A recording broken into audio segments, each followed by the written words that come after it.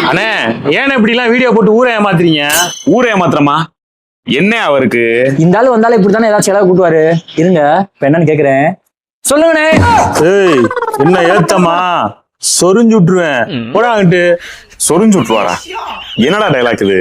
அண்ணே கெத்தா பேசுற மனசு ஏதாச்சும் ஒண்ணு பேசாம விஷயத்த சொல்லுங்கண்ணே. விஷயமா சொல்றேன். போன வாரம் ஸ்கூட்டருக்கு கிளச்சை கலட்டி கிளீன் பண்ற மாதிரி ஒரு வீடியோ போட்டீங்களா? ஆமா போட்டோம்.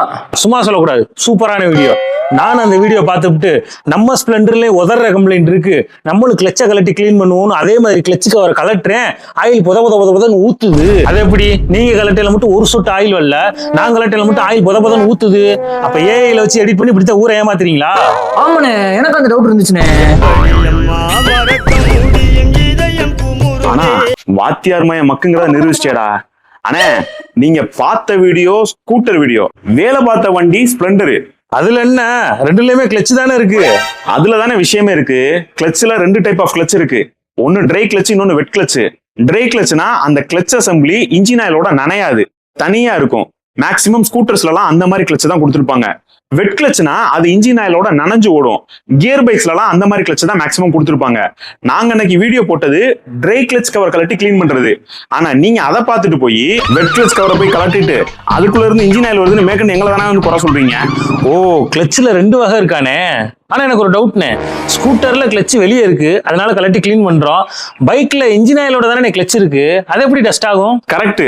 அதனாலதான் எப்போதுமே ஸ்கூட்டர்ல கிளச்சை கிளீன் பண்ணுவோம், பைக்ல கிளச் இருக்கிற சைடை கிளீன் பண்ணுவோம். ஓ சேன. அப்ப நம்ம ஸ்பிளெண்டருக்கு கிளச் சைடு எப்படி கலட்டி கிளீன் பண்றேன்னு சொல்லி கொடுத்துறீங்களானே?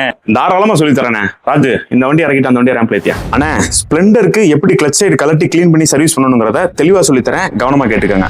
அண்ணே ஃபர்ஸ்ட் எடுத்தோன்னே நம்மள்ட்ட இருக்கக்கூடிய 10 சாக்கெட்டை யூஸ் பண்ணி இந்த கிக்கர் அசம்பிளியை தனியா எடுத்துடணும். அதுக்கப்புறம் 8 சாக்கெட்டை யூஸ் பண்ணி இந்த கிளச்சில் வரக்கூடிய 8 போல்டையும் கலட்டி கிளச் கவரை தனியா எடுத்துடணும். இந்த கேஸ்கெட்டை எடுத்தீங்கன்னா தான் கீழே ஸ்ட்ரெயினர் இருக்கு பாத்தீங்களா, இந்த ஸ்ட்ரெயினர் வழியா தான் ஆயில் பம்பு முழு இன்ஜினுக்கும் ஆயில் அனுப்புது. அப்போ இந்த ஸ்ட்ரெயினர் அடப்பட்டு இருந்துச்சுன்னு வைங்களேன், இன்ஜின் சீஸ் ஆறது கூட வாய்ப்பு இருக்கு. அப்ப என்ன பண்ணணும், இந்த ஸ்ட்ரெயினரையும் நீட்டா கிளீன் பண்ணி போட்டுறணும். இதுல முக்கியம் நம்ம என்ன கவனிக்கணும் அப்படின்னா, இந்த 4 ஸ்டார் ஸ்க்ரூ போட்டிருக்காங்க பாத்தீங்களா, இதுதான் கிராங்க் டோர்னு சொல்லுவாங்க. இந்த இடத்துல தான் இன்ஜின் ஆயிலுடைய எல்லா கழிவும் இந்த இடத்துல சேரும். பாருங்க எவ்வளவு அழுக்கு இருக்குன்னு. இதை கிளீன் பண்ணிட்டு அதுக்கடுத்ததான் என்ன பண்ணணும்னா, கிளச் கவர் கேஸ்கெட் ஒன்று புதுசு போடணும், கிராங்க் டோர் கேஸ்கெட் ஒன்று புதுசு போடணும். இப்போ எல்லாத்தையுமே மாட்டிட்டு சுத்தி உள்ள 8 போல்டையும் போட்டுட்டு கிக்கர் அசம்பிளியை மாட்டிடுறோம். இப்போ இந்த வண்டிக்கு தேவையான ஆயில் பாத்தீங்கன்னா 900 ml ஹீரோ ஒரிஜினல் ஆயில் ஊத்துறோம். ஊத்திட்டு ஜென்டிலா டைட் வச்சிட்டீங்கன்னு வண்டி ஸ்மூத்தா ஓடும், பக்காவா இருக்கும் இன்ஜினோட பெர்ஃபார்மன்ஸ். அண்ணே சூப்பர்ண்ணே, தெளிவா புரியுதுண்ணே. ஆனா ஒரு டவுட். அண்ணே உங்க டவுட் என்னன்னு எனக்கு தெரியும். இந்த பொருள் எல்லாம் எங்க கிடைக்கும், இந்த டூல்ஸ் எல்லாம் எப்படி வாங்கலாம்னு கேட்பீங்க. இந்த வாட்ஸ்அப் நம்பருக்கு ஹாய் மெசேஜ் பண்ணுங்க, நாங்களே லிங்க் அனுப்புறோம், அது மூலமா ஈஸியா வாங்கிக்கலாம்.